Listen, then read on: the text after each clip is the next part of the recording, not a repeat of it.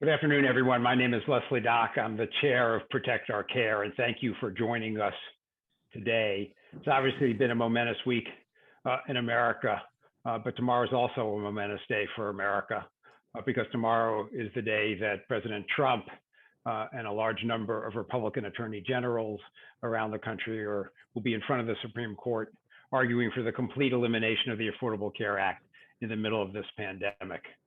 We're joined by Attorney General Ellison and a number of experts in this field, as well as by people whose lives depend on the ACA.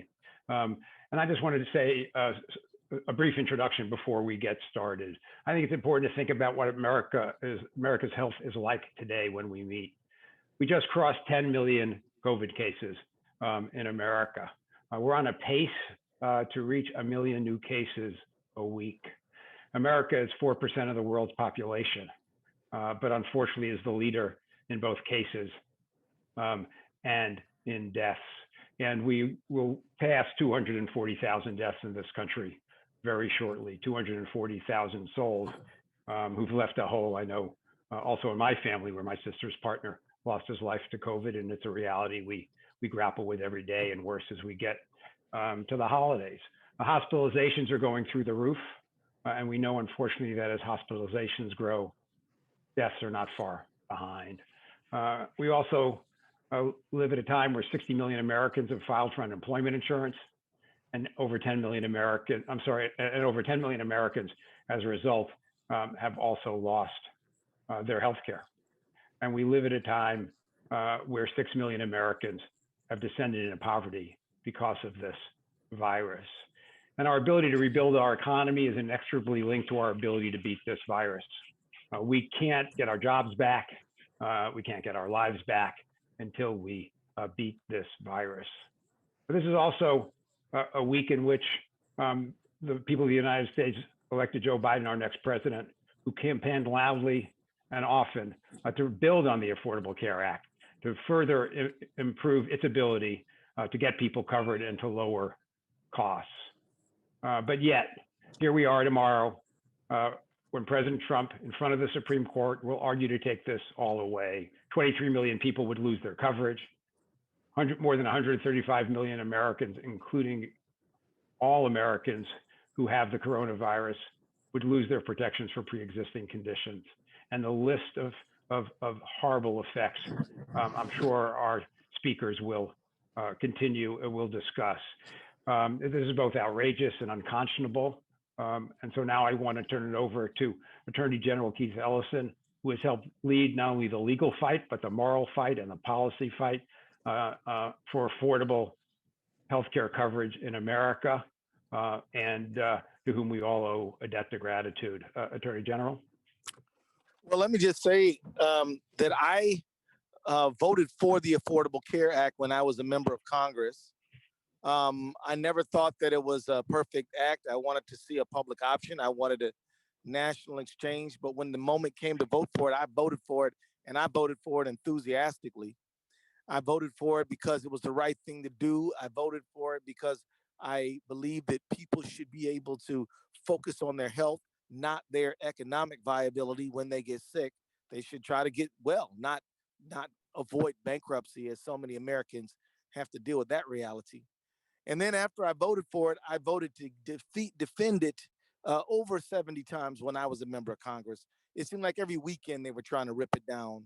And now, as a member of the Attorney General's office and as the Attorney General of Minnesota, we're defending it enthusiastically, along with other Democratic Attorney Generals. We are fighting as hard as we can to make sure that an illness doesn't mean economic ruin and bankruptcy. We're fighting to make sure that people get protection from pre-existing conditions, particularly at this moment when COVID is biting so hard. And I want to thank you for laying out the real situation as we head into tomorrow's arguments. I'll just say this. The American people voted to keep and build on the Affordable Care Act. As much as they voted for a man named Joe and a woman named Kamala, they voted for the preservation of their health care. And that is important. I hope the court takes that into consideration when they deliberate on this case. The will of the people. The people want this. This was voted for, and it has been sustained in previous Supreme Court arguments. And so, for a group of maybe as few as 5 people to say you can't have it um, would be outrageous. I want to just also note that there's no question about where President Trump is on this. He is decidedly against it. A law democratically passed by the United States Congress, signed by a president, in a situation in which the U.S. Attorney General refuses to defend the law and puts us Democratic state AGs in a position where we're the ones who have to defend it, is quite outrageous. I mean, as an attorney general myself, I am forced to defend statutes that I probably wouldn't have voted for as a legislator, but do defend as as the attorney general, because that's my job, not to write the law, but to defend it wherein it is constitutional. So I will say that the other speakers are well adept at the fine points and what this all really means. I can say, as a former member of Congress who voted for it, as the current attorney general is defending it in court with my colleagues, this is a propitious moment. This tomorrow is as important as election day in my mind. And if you're a person who has received the health care because of the expansion of Medicaid, I am very worried about what a repeal or a striking of this law might mean to the whole program. I know Andy Slavitt's extremely well qualified to talk about that, but it worries me and has actually kept me up last night and may well tonight. So we're in this fight. We're here to defend the law, and we hope that the Supreme Court does the right thing and then carries out the will of the American people. Thank you, Mr. Attorney General, and thank you for so vigorously defending America's health care. Let me turn it over to Andy Slavitt. Andy and I worked together for a number of years at the Department of Health and Human Services. It was a pleasure every day, where Andy was the acting administrator of CMS and oversaw both Medicare, Medicaid, and the Affordable Care Act, and did a tremendous job. And since his time in the administration, he too has been a tireless advocate for healthcare. He's put together organizations that are helping states move forward, and also organizations that are helping businesses find ways to help those who need healthcare to be able to find it in the open marketplace.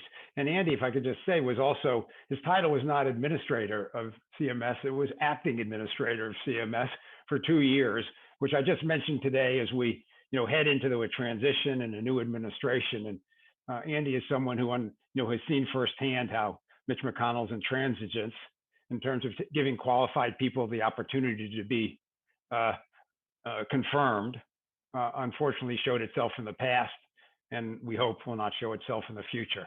Andy? Thank you, Leslie. And thank you for all you've done leading just the nationwide effort that I think Attorney General Ellison referred to, which is, before the Affordable Care Act, I'd go so far as to say that Americans were not as involved in the political system as they became.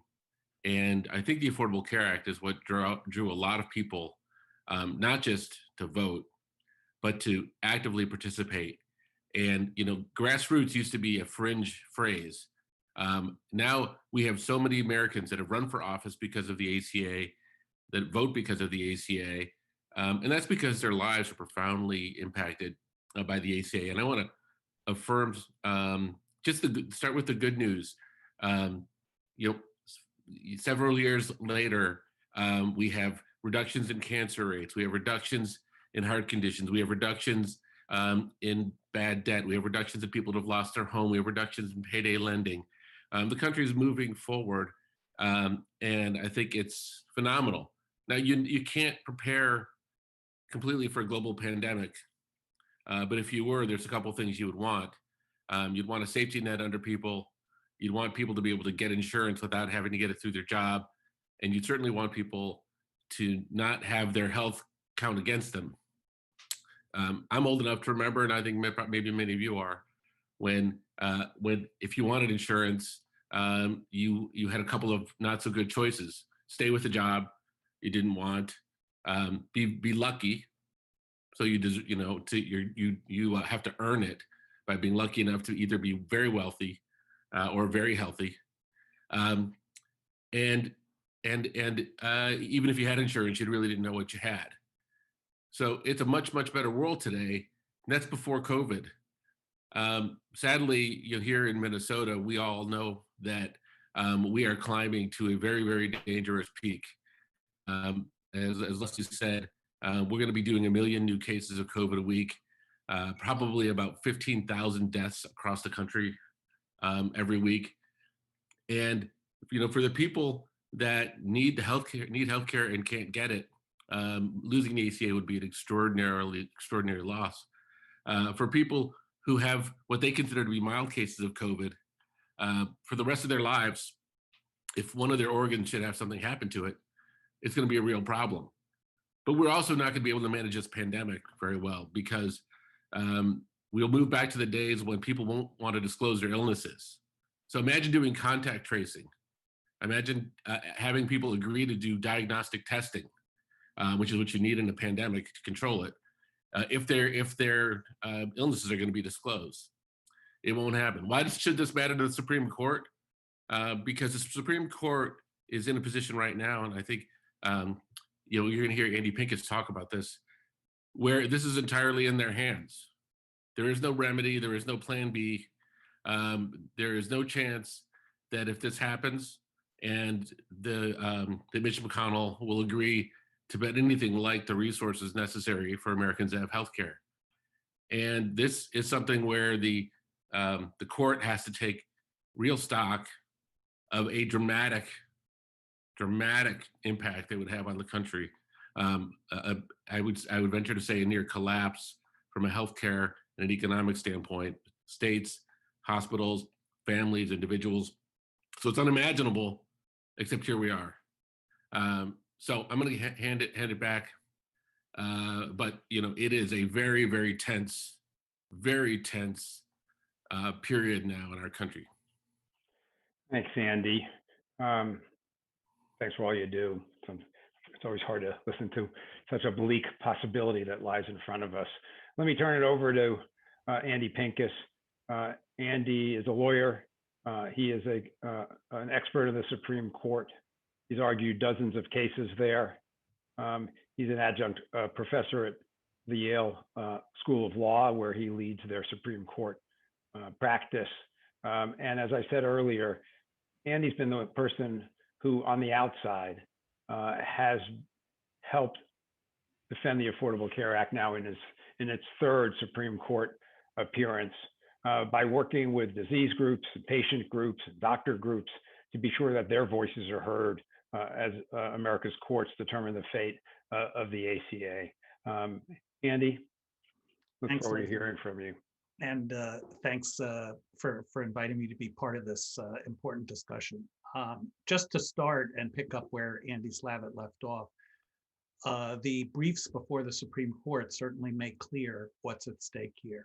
Everybody with a stake in the healthcare system, the patient groups, hospitals, both national hospital groups and state hospital groups, the doctors groups from the AMA down to dozens of others, nurses, insurers, community health clinics, they've all filed amicus briefs before the Supreme Court, laying out just how devastating the consequences will be if the court strikes down the Affordable Care Act, as the Republican AGs and the Justice Department are urging it to do.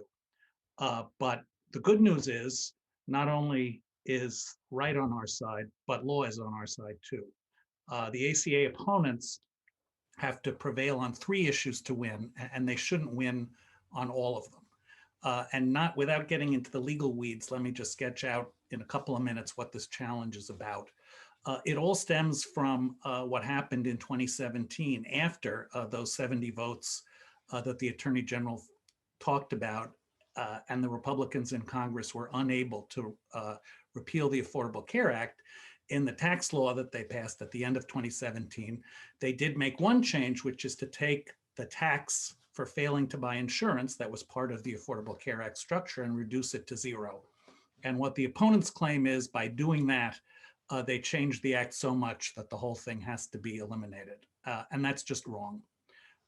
First, these plaintiffs have to show that they have standing, that they've got a real injury that they're suing about. And the fact is they don't. The individuals now, as a result of the change, have a choice between purchasing insurance or not purchasing insurance and paying nothing. So hard to see any injury in that. And the states that are suing don't have any injury from the zeroing out of the mandate tax. So they should fail right at the outset. But if the court gets then to the merits of, does the mandate with a zeroed out penalty violate the Constitution? Again, that's wrong. Their basic claim is that somehow what Congress did transforms the provision back into an impermissible binding command, which is what the Supreme Court said in the very first case it had on the Affordable Care Act Congress couldn't do. That's crazy. Congress wouldn't enact something that the Supreme Court had already said was impermissible. What Congress did is say, we're reducing this tax to zero. It's a non-operative tax. We're leaving it on the books. It's a tax in waiting. And there's nothing in the Constitution that says Congress can't do that.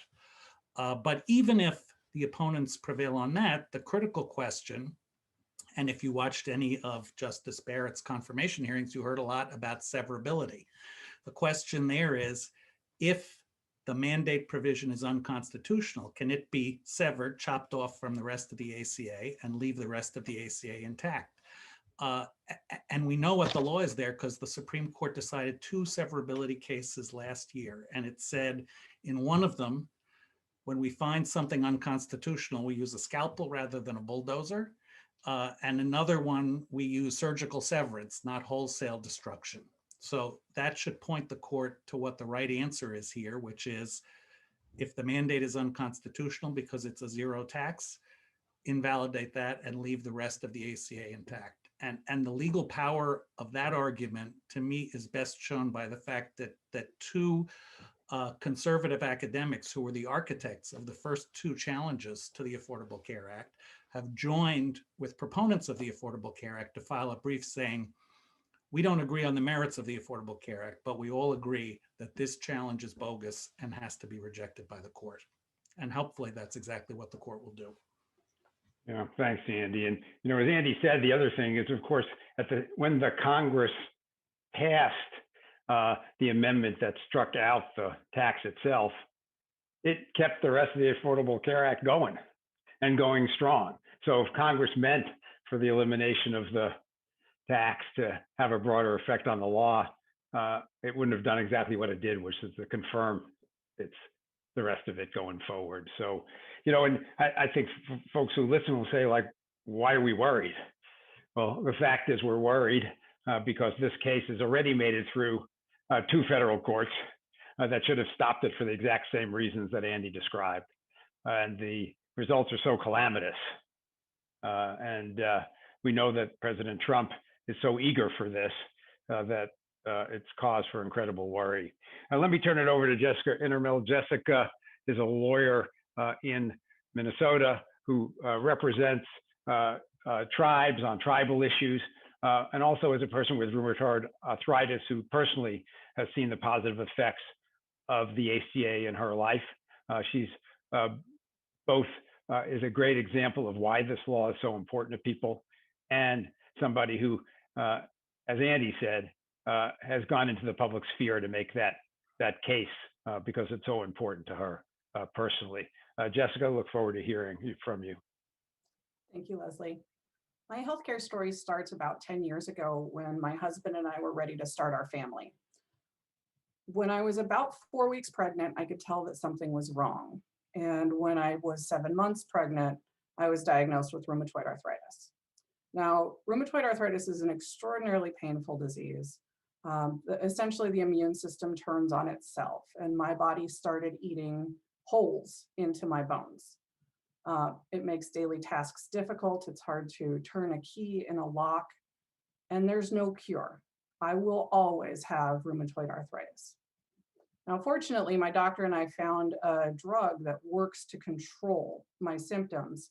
Problem is that that drug costs $54,000 per year, every year, for the rest of my life. Now, Right now, I rely on insurance. I meet my high deductible every single January. We plan for it. But we can do that because the ACA requires insurance companies to cover me. Before the ACA and after the ACA, if the Supreme Court does strike it down, then insurance companies can say, you know what, you're too expensive. We're not going to pay for you. We don't want your pre-existing condition. They can look at the fact that I've had about $500,000 worth of claims in 8.5 years and say, whoa, that's way too much. We're going to put a lifetime cap on, and then you don't have coverage anymore. And if I've already had that much expense or that many claims, and right now I'm just 40, I will run out of care way before I'm Medicare eligible. I don't know what I do then, because then if there is no ACA and my insurance companies kick me off, the drug company is going to send me the $54,000 bill. That's more than twice my mortgage. I don't know how to pay for it. I don't know if I could pay for that. And the thing is that my disease is not going to stop if the ACA is repealed. The pandemic is not going to stop if the ACA is repealed. Instead, people like me will just have to pay more. Our families will have to pay more to get care. Americans will suffer. Americans will die. And for what? Bigger insurance company profits? So 9 justices right now have the power of life and death. They can follow the law that folks here have already described, and they could keep the ACA, or they can go out on a limb and protect companies instead of people. I don't know if I should say thank you, but thank you for sharing that and for all the work that you do as a citizen in this country to help others as well. And I think that your last point's so important, because why is this case even in front of the Supreme Court? We have millions of Americans whose lives are on the line. The politics of this issue should have been drained out many years ago. Republicans failed 70 times to repeal it by legislation. They lost 3 elections because of it. Everybody in the healthcare space is against it, and yet here we are. And to put that level of crass politics and ideology on top of people's health is unimaginable. So thanks to all of our speakers. I'll turn it over to my colleague, Mitch Harrell, to see if there are any questions teed up amongst the folks listening. Mitch. Hey everyone, for our reporters, there is a raise your hand feature that you can click if you have any questions for the Attorney General, Andy Slavitt, Andy Pincus, or Jessica. So if you have any questions, just go ahead and click that hand raise feature.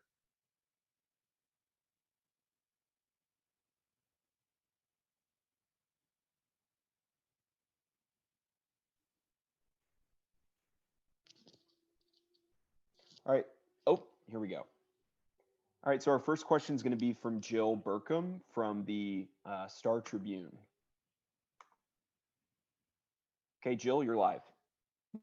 Okay, thanks for taking my question. Thank you for an informative webinar today. Just setting aside the ACA challenge for a second, can you tell me if there are is there anything that the Biden administration can do to get states, non-Medicaid expansion states, to actually take the final step and expand this program for the people in those states who need it? Andy Pincus, you want to try and take that? You've spent a lot of time on this. I'm sorry, I meant Andy Slavitt. I got my Andys confused. Yep. Hi, Jill. How are you? I hope you're feeling better. And thanks for writing so movingly about your case of COVID, which I think occurred on the same day as President Trump's, minus the helicopter. So, glad you're doing better. I mean, look, we spent time, as you know, Jill, in the Obama administration, working with a number of Republican states who made the, I think, very wise and I think decision that they should expand Medicaid, and that can be done through the waiver process. There's a great match to do it, and I suspect that President-elect Biden and Vice President-elect Harris will take advantage of the opportunity in working with some of these states. Will they all do it? No, some of them won't. But the truth is that many of them are looking for an excuse to do it.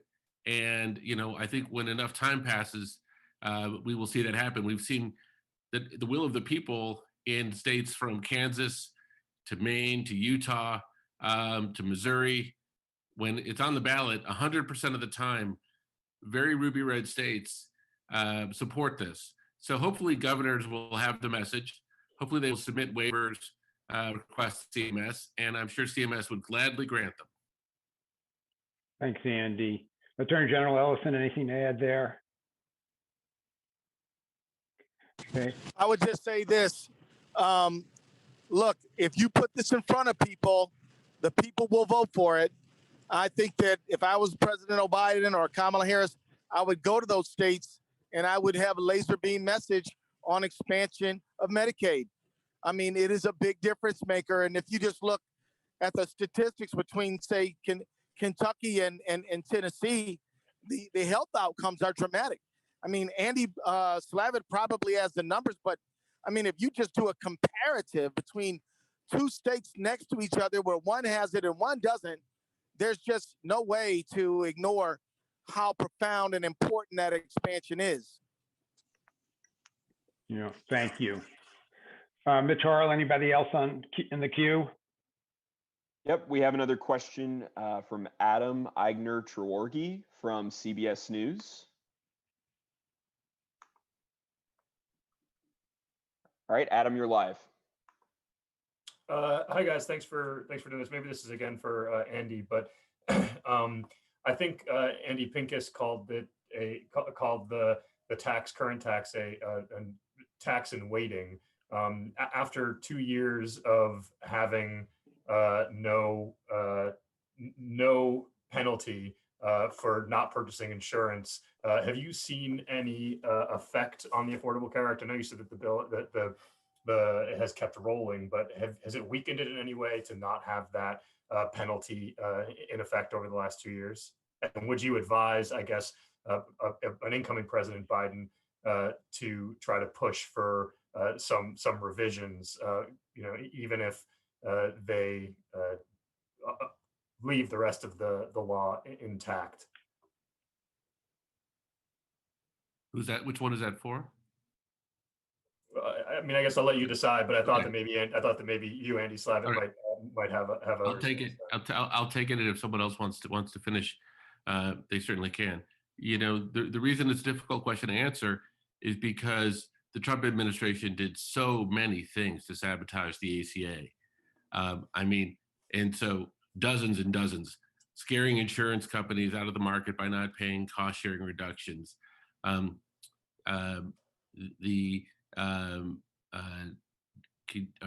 Basically the eliminating people who do enrollment, particularly for people of foreign languages and low income, changing the dates when open enrollment started, not extending special enrollment periods appropriately, creating this sort of bogus insurance that isn't ACA compliant and putting it on the exchanges. With an administration that just simply took care of the law, you don't have to love it, just took care and implemented it properly, there'd be millions more people insured. Now, the law is durable. The law is more durable than people thought it was. And so, you take these bricks out and, somehow they fill in. They fill in because, people, this is a life-changing purchase for people. I've talked to the people who have ACA coverage, and it's very much what you're hearing for Jessica. There is no other choice for Jessica. There's no other choice for millions of people. It is a family possession that allows them to live in the middle class. So you can take a baseball bat to it, as the Trump administration's done, and maybe it gets dinged up, but that's it. So, I think the fact is taking a little bit of care into these items, and I think the mandate, the tax, is just one of many, many items that the Biden administration can start to address, many of them. And I'm quite confident we'll see more people get the coverage they need than they had before. I'll just add, to what Andy said, which was so right, that this administration from day one did everything they could to be sure that people didn't get covered.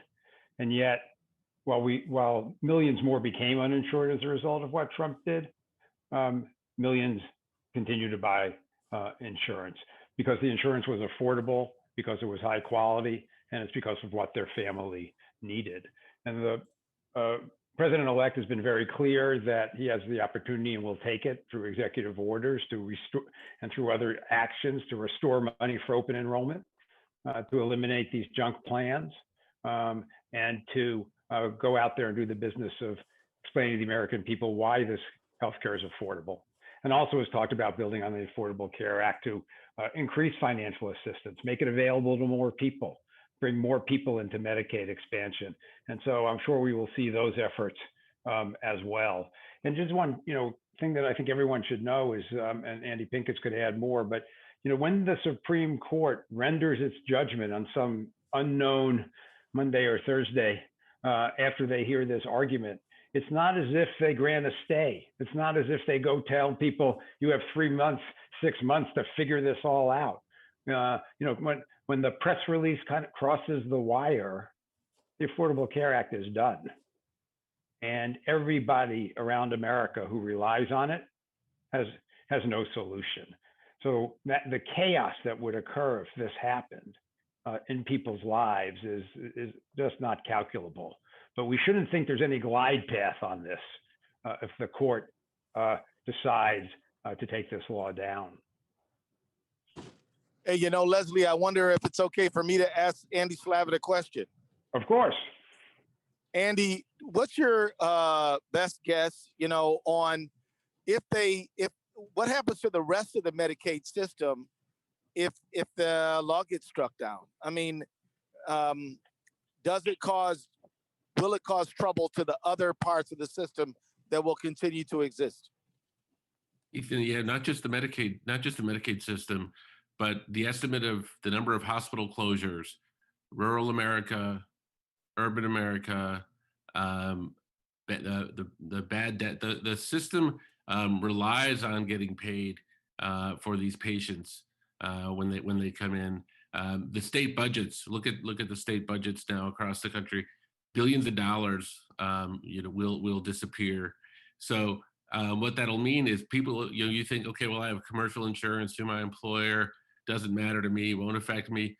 No, absolutely wrong. The hospitals to stay in business will have to increase what they charge you massively if they're going to stay in business. So it's a total collapse. It's pulling out a central plank in the platform, and it hurts the individual's ability to get insurance, but the spillover effect on hospitals, on commercial insurance, pre-existing conditions, it's hard to calculate. It's hard to calculate. It's like pulling out the bond market and saying, okay, let's see how the Treasury system works without a bond market.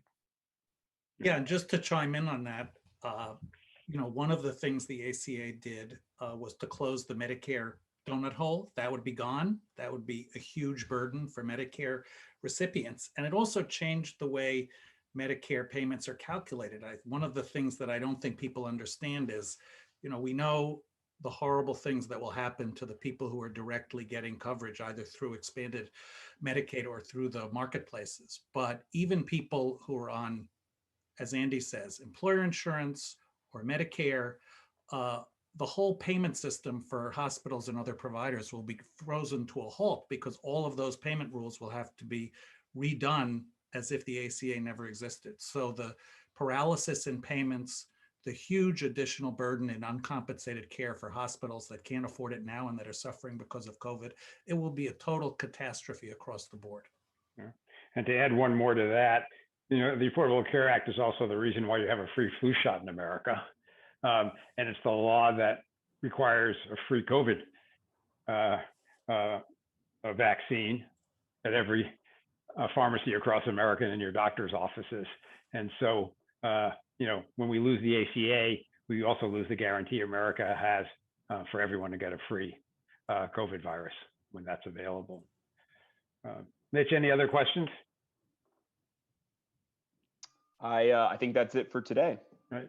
Well, I want to thank everybody who participated, all of our speakers, all the things that they do when they're not on the Zoom call with us that matter so deeply to Americans and the lives of Americans across the country. And thanks everyone for listening in and asking questions. Thank you. Thank you.